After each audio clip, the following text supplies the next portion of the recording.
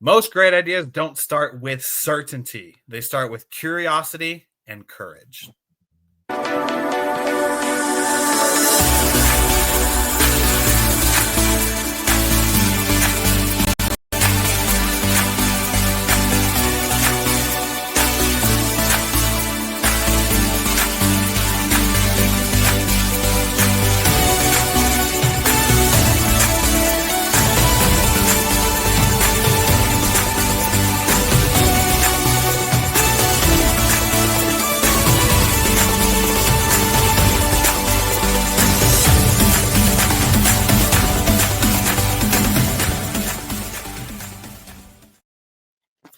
What is up, champions? Welcome to another episode of Champion Reads, where we talk about best-selling books and their best principles to help you out with your best life. I am your co-host, Willie Blake. I'm here also with our other co-host, Mr. Ian Sturmer, and our guest, the founder of Champion Circle, Mr. John Kovach Jr. is joining us for this awesome book as we jump into a new month and a new book. We are talking about today, How I Built This by Guy Raz. And this is actually a really cool book. I haven't read it before until we suggested it for the book club. And I'm really enjoying it. And I think that we're going to have a really good discussion today because we're going to jump into the topic of, I got this. Is it dangerous or is it just scary?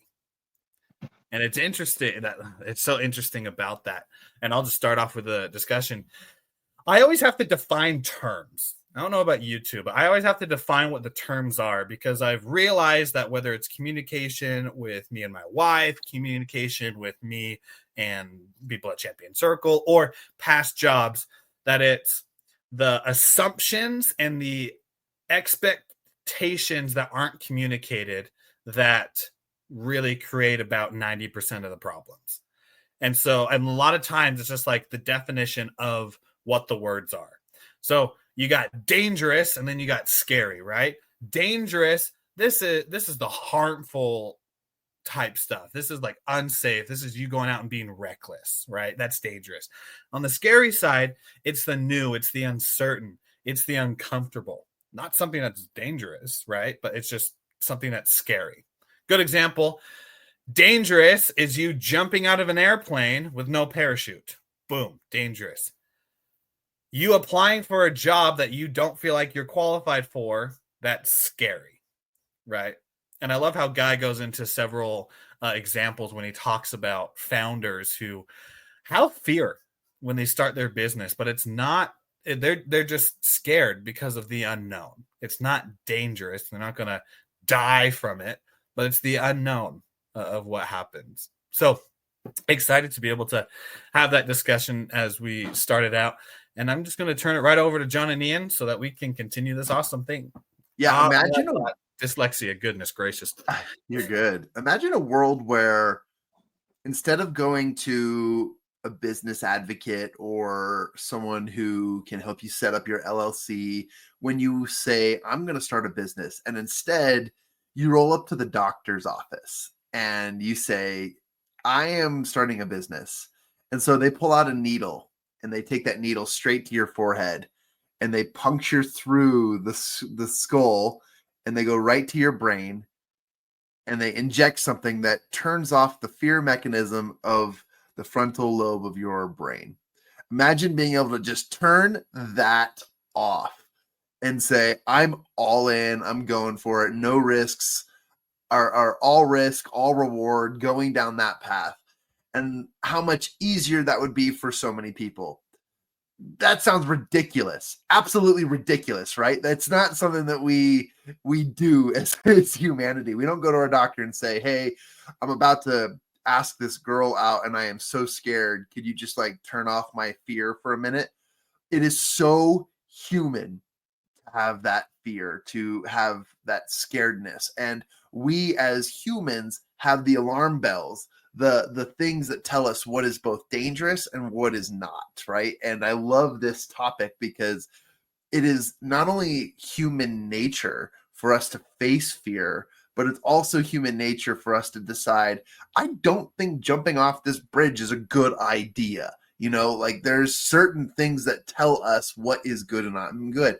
And I love that because that is how we are designed.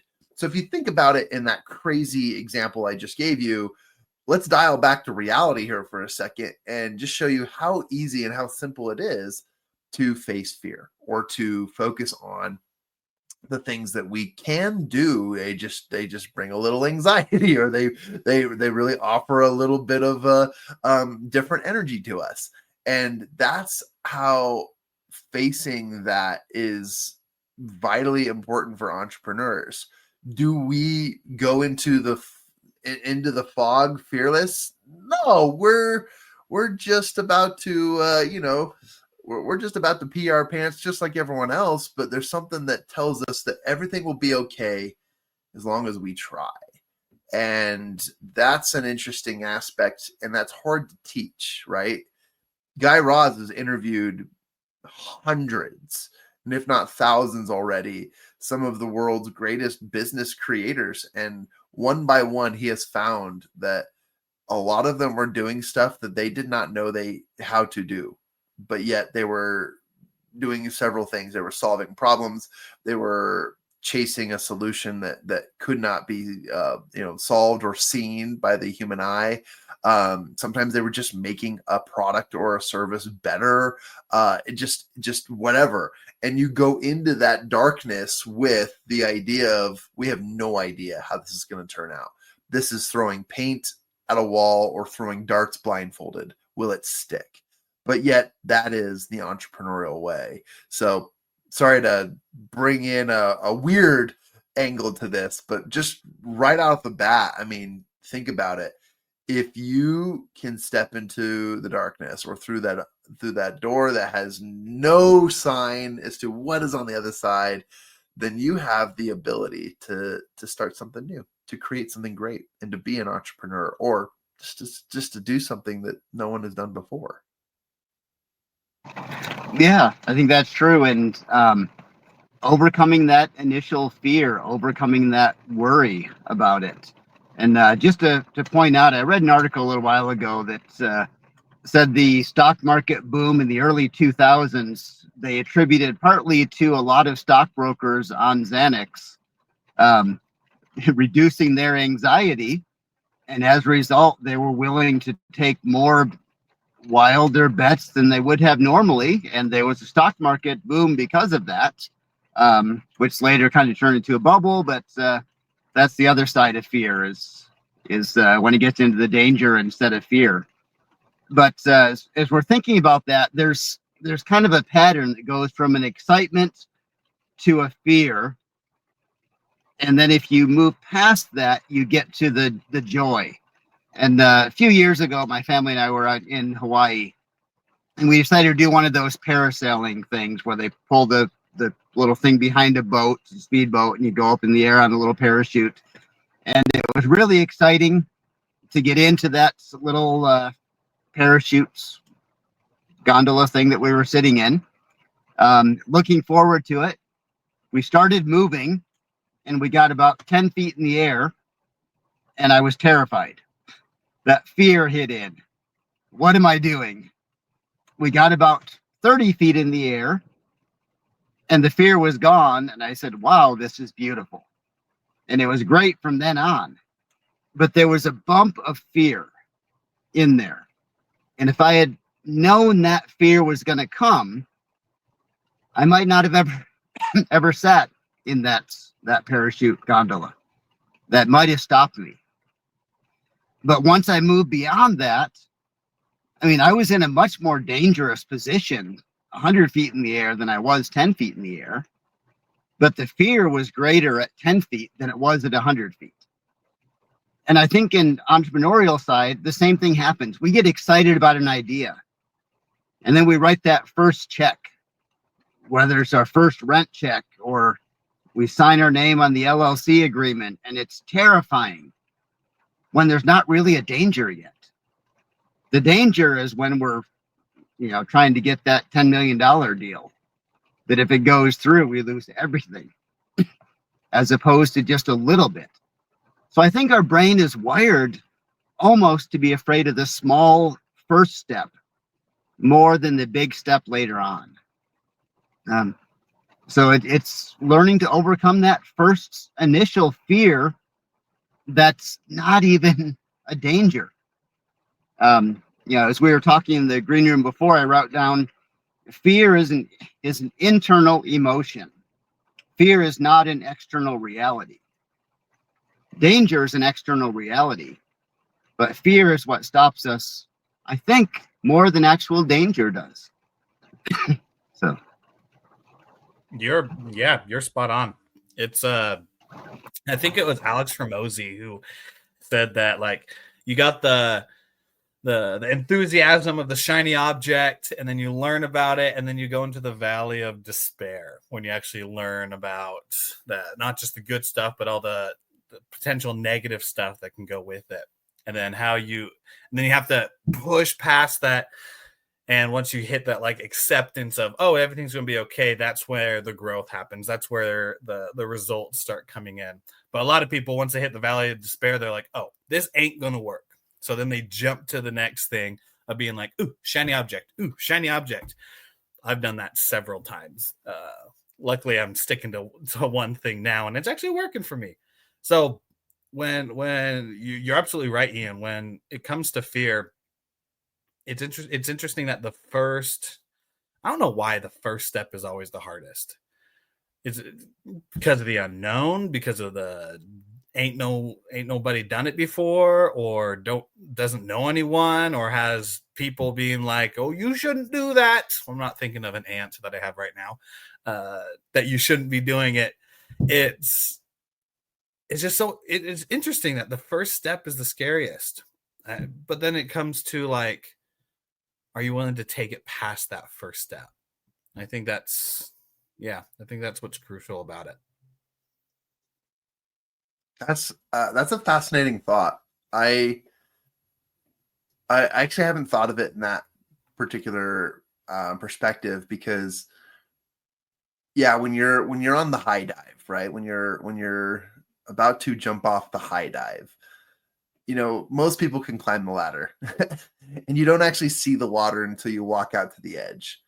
And then it's that first step off the high dive that is the feeling, the unknown, like, will I die? Will something happen that I cannot see or anticipate before you release? And that is interesting. And what is the equivalent of that to someone either starting a business or building something or launching a product or something that they have never done before? It doesn't have to be something that's never been done before. Let's go back to Roger Bannister. I know this story has been told so many times, but it's such a great one, because when we believe that we can do something that has not been done before, look, guys, I've run so many races before, and every single time my heart almost stops before the gun goes off, because I am scared, like crazy. And then as soon as I take that first step and I'm running around the corner of the first turn of the track, all of a sudden fear is gone and I am just in game mode, right? And I don't know why. I don't know why that fear hits. Or it's right before I step on stage to speak for an event. It's like that one moment, it's like, okay, we're doing this. And then you just do it. And I don't know why, but it seems so human. But to go back to Roger Bannister, no one had run a 4-minute mile until Roger Bannister did it. And then within a few weeks, even weeks after he broke the 4-minute mile, people from all over were breaking it, including high school kids. And so if you think about that and you're doing something that you've never done before, you might want to take a step back and say, well, let's take the I might write this book, but the Roger Bannister effect, which is, now that I know that it's been done, I realize that anyone, even a Roger Bannister, can do it. I can do it too. And it doesn't eliminate fear, but it increases the next step after the first step of fear, right? To say, I'm on track. I can do this. It's been done before. I'm on a roll. And that effect can influence you to overcome any of the entrepreneurial highs and lows, the roller coaster of emotions. And that could essentially help you knowing that someone has gone before you. But if you're doing something that's never been done before, then the flip side of the Roger Bannister effect is let me be the first. Because no one has done it, why fear at all? What's going to happen if I do this? It will change the lives and the course of history for forever. And so when you think about it that way, sure, I know, easier said than done. But it is interesting if you think about it from that perspective, that it is that first step. It's not the second step or the third step. It's always the first step. And why? Can we take that physical experience out of jumping off the high dive? And once you've done it, you get out of the pool and you're like, woohoo, that was a rush. I'm going to do that again. And then you're more comfortable.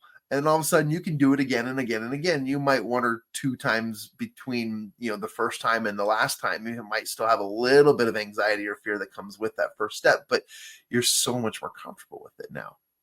And so measuring your ability to manage that feeling could be a solution. Not the solution, but it could be. Kind of an interesting thought. Yeah, I think that is. And as you were talking, just kind of reminded me of Tony Robbins is famous for his fire walk he does at his seminars. And I haven't done one of those yet, either the seminar or the fire walk. But apparently a fire walk is actually not really dangerous, as long as you have some basic rules to follow and know what you're doing with it. But it's that, hey, I can do something I never thought I can do. I can take that step that I never thought I could take before. And it's a great thing about this book is vicariously, we look at so many different entrepreneurs who faced all sorts of challenges, whether it was gaining knowledge, there's a lot of funding issues and getting an idea off the ground, how to take it from concept to reality, and all the different pitfalls that can be there. And we can learn from those and say, you know what? If Dave Thomas can do it, I can do it. And I'm trying to remember the names because there's so many people in here. But all these people who went beyond the challenges in front of them, beyond the fear, and just did it. It's like Roger Bannister. If they can do it, I can do it. Yes, it's new for me. Yes, it's scary for me. But the fact is, people jump out of airplanes all the time, and as long as they have a parachute, they're almost always safe. So I'll almost always be safe in what I do. So I think, as we take these examples, take these strengths from other people, and realize that the fear is not the reality. That's just us building something in our mind that's not reality. The image came to mind that if I go into a room in a strange house and I look around the room, it's not bad. Then you turn off the light. Even though I've seen that whole room, there's a little bit of fear that pops up in my head because I can't see it anymore. Even though I know what's in the room, I've already seen it. So it's getting rid of that mental imagery and realizing I can do this. I've seen people do it. I've done these things before. And not letting that stop you because it's not real. I guess that's what I keep saying in this. Fear is not real. Danger is real. Beware of danger. Jumping out of an airplane is scary. With a parachute, without a parachute, it's dangerous. Know the difference, I guess. That's it. What's dangerous? Walking up to a bear cub with the mother around. That's dangerous. What's not dangerous? Taking a 15-minute walk. Even though we might fear that we don't have the time, fear that all our projects won't get done. It's just scary. It's just into the unknown. And maybe that's not the best example, but Ian gave some great examples to be able to counter my okay one that I gave. Fear is just that. It's not real. I think there's the acronym for it. It's like false evidences appearing real. They're just like, what are evidences? If I were to think of what are evidences, it's just things we think are there. That's an evidence. We can think that nope, not going to use that example. We can think that Baymax from Big Hero 6 is going to pop up and be the cuddly marshmallow that we can have, or we can think that our dreams are going to be coming true. We can visualize and do that. My mind went off on that whole Baymax thing. So I'm actually just going to turn it right back over to John so that I can get my mind back together. What I love about this, Willie, is our minds are becoming, we've hit a cerebral level of thinking, and we're making sense of a deeper thought process. And for those listening to the show or watching the show, depending on your preference, we tend to do this. We tend to expand while we're discussing and go down a deeper rabbit hole that may or may not be necessary, but it's something of our brains in action trying to make the concept work. And so, Willie, I respect it because your brain was making analogies and visuals of what works. I was going to say one earlier and say, what's dangerous? Trying to talk to John when he's hangry. Okay, that's dangerous. Don't do that. No, that's like talking to a bear cub, So anyways, just make light of it. But what I love about this, and I just want to share like some personal anecdotes. First, I had listened to Guy Raz's How I Built This Podcast. And from episode 1 to episode like 130 or whatever, it was so cool. He started this as a project to interview some of the top business owners and to just learn their story and see how unique and how different, but yet what are the similarities to their successes. And he dives into the personal trials and tribulations that each person has. And I love it. I mean, I can name like 5 episodes right off the top of my head, like the guy who created Patagonia, the creation of Southwest Airlines, Ben and Jerry's. Okay. I'm forgetting her name, and Kate Spade, or there it is, the jewelry and purse company, right? There's just so many great episodes. And again, while their journeys were uniquely different, all in all, they were faced with a challenge, and those challenges presented problems that they had to figure out how to overcome. Some were able to solve that through funding. Some were able to solve that by just risking it all. Some of them were able to, wait out a couple of years and then bring back the project and go back into their thing. Some of them were working a side hustle so that they could afford the ability to transfer all their things. But no matter what it was that problem-solving aspect. Not only were they trying to solve a problem or a solution that the world needed, that there was a market for, okay, but they were also trying to solve the problem at hand, which is deciding which was dangerous and which was just fear. And each one of them had that desire, that burning feeling within them to overcome a challenge. And to me, that's the entrepreneurial spirit. Not to get spiritual in all this, but truly that spirit within us is that drive to do something that we just don't know, but yet it seems amazing. And I'll have one more example, which is when we were children and we played with the toys or the Barbie dolls or the cars, we imagined them doing the most insane things, like the little truck turned into a race car and it flew over the gap between the couches and landed on the pillow and in safety, and it was amazing. Or the superhero toy did this like crazy awesome flip in the air and then came down and landed safely. It was amazing. And our imaginations were completely untouched by this idea that there were dangers, because we believed anything was possible. So imagine going back to that and thinking, I can do anything. Yeah, taking it from a spiritual to a mathematical equation here. When your desire for the reward or your passion is greater than your fear, it equals entrepreneur.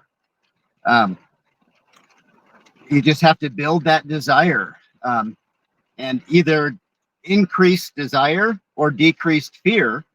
Either one of those is going to help. And this book is great at probably both of those, because you're inspired by people's stories, but it also decreases the fear of what failure would mean. If you walk on a basketball court and you throw the ball and it's a foot short of the basket, do you say, I'm a failure, I'm never doing this again, and leave? Or do you put just a little bit more muscle behind it so that it goes further? It's not a failure, it's just learning process. So that fear can be removed from us. And I found that so many times that builds in your mind, but when you stop and say, what's the worst case? And I was talking to a friend some time ago and just talking about the market and jobs and things, and said, well, what would happen if you lost your job? I said, well, I guess I'd move back in my mom's house. He goes, oh, what kind of a plan is that? I said, well, that's a realistic plan. I'm not going to die. We're not going to starve to death. I'm not going to be, in a cardboard box under a bridge, because I know I've got a support system that I can go back with my mom. Not my first choice, but I love her, and it'd be nice to spend more time with her. But it's not a life and death situation. And so many of these entrepreneurs go through that. So we can borrow money, we can get loans, we can seek funding. And if it all falls through, we can start over again. We can run DoorDash and Uber on the side to make up for it, to repay whatever, to put food on the table. So there's fear stops us, but those aren't necessarily real dangers. And the more we sit down and figure out these plans and really what's the worst that could happen? I know we play those games around campfires as Boy Scouts, but in reality, the worst that can happen, most cases for an entrepreneur, is you have to start over again. Or you go back to the same thing you were doing before, which means you haven't lost anything. You're just at the same place you were earlier, but wiser. So, fear it's not real. And once you examine it, you realize that it's not that big of a deal. But instead, build your passion higher, and you too can be an entrepreneur. You too can be an entrepreneur. Boom. There we go. Yeah. As we wrap up our final thoughts, I want to go off of Ian's question that he gave us, which is, what is the worst case scenario? What is it? Right? When I first started my coaching business and left Walmart, and my wife and I were like, how are we going to survive this? How are we going to be able to bring money in and survive on our savings? And we laid out exactly the amount of months that we're able to deal with without me going and getting a job. And it was breathtaking in a way of, we're actually going to be okay. What is the worst case scenario? I go back to Walmart. Can you imagine if the worst case scenario in any situation is you just going back to the place in which you were previously, right? Like, if you honestly think about it, the worst thing to not doing something is being in the same place. So like, if you are in trying to get a relationship with a really cute girl, you not talking to the girl simply means at the end of the day, you are in the exact same place in which you are at, which means that anything that you do is a plus. So go and talk to the girl, go and start the business, go and do the idea that's going through your head as we talk about this, because the worst thing that's going to happen is you're going to be where you are. That's it. So take the action forward. Sha-la-la-la-la-la, don't be shy. You wanna I don't know the words, but I just thought I'd break out the song. Wow. All right. That was awesome, Willie. Mic drop. Seriously, that was great. My final thoughts are, take the risk. There's always a consequence, but the risk is worth it in the end. Know the difference between danger and fear. And when you can compartmentalize those, you can realize that the drastic change of fear associated with danger and death is completely different. And therefore, it can actually minimize the way you feel until you step into the darkness or the unknown. And that is a high risk and high reward. So take our examples, take our advice, and do something awesome. Don't do anything crazy, but do something awesome. I think that's a good way. Do stuff that's awesome, not crazy. Don't do dumb stuff. Do smart stuff. And be willing to take those little risks that might seem big. And the fact is, they're probably not as big of a risk as we make them out to be. But the rewards are going to be probably better than we ever make them out to be. So, yeah, examine your fears and dream about your rewards. And I think we can do it. Boom. There we go. Champions, thank you for joining us. And that's been another episode of Champion Reads. If you found inspiration in this episode, go ahead and subscribe to our podcast. You can find us on all the major podcasting platforms, as well as join us on our webpage, mychampionscircle.com, where you'll be able to find the link to our podcast, link to our socials, and everything else going in the Champion Circle universe. Until next time, champions, continue to be awesome. Continue to push past your fears, and always remember, everything forward is a plus. So go ahead and take that action. We'll see you on the next episode of Champion Reads.